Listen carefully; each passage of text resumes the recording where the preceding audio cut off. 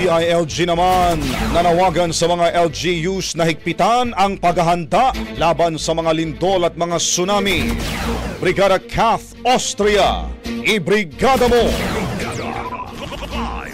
Nanawagan ang Department of the Interior and Local Government sa mga lokal na pamahalaan na paigtingin ang pagpapatupad ng mga hakbang sa paghahanda laban sa lindol at tsunami kasunod ng mga malalakas na pagyanig sa Northern Cebu at Silangang Mindanao. Ayon sa DILG, kailangang maging maagap at tuloy-tuloy ang aksyon ng mga LGUs upang maprotektahan ang buhay at infrastruktura.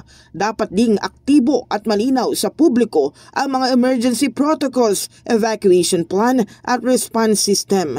Kasama din sa paalala ng DILG ang pagpapatupad ng drop cover and hold protocol, pagsasagawa ng inspeksyon sa mga gusali at pagbabawal sa paggamit ng mga istrukturang nasira na hanggat hindi idinedeklarang ligtas. Inatasan din ng mga lokal na pamahalaan na i-update ang kanilang disaster plans, i-activate ang emergency operation centers at magsagawa ng mga information drive at regular earthquake drills sa mga komunidad.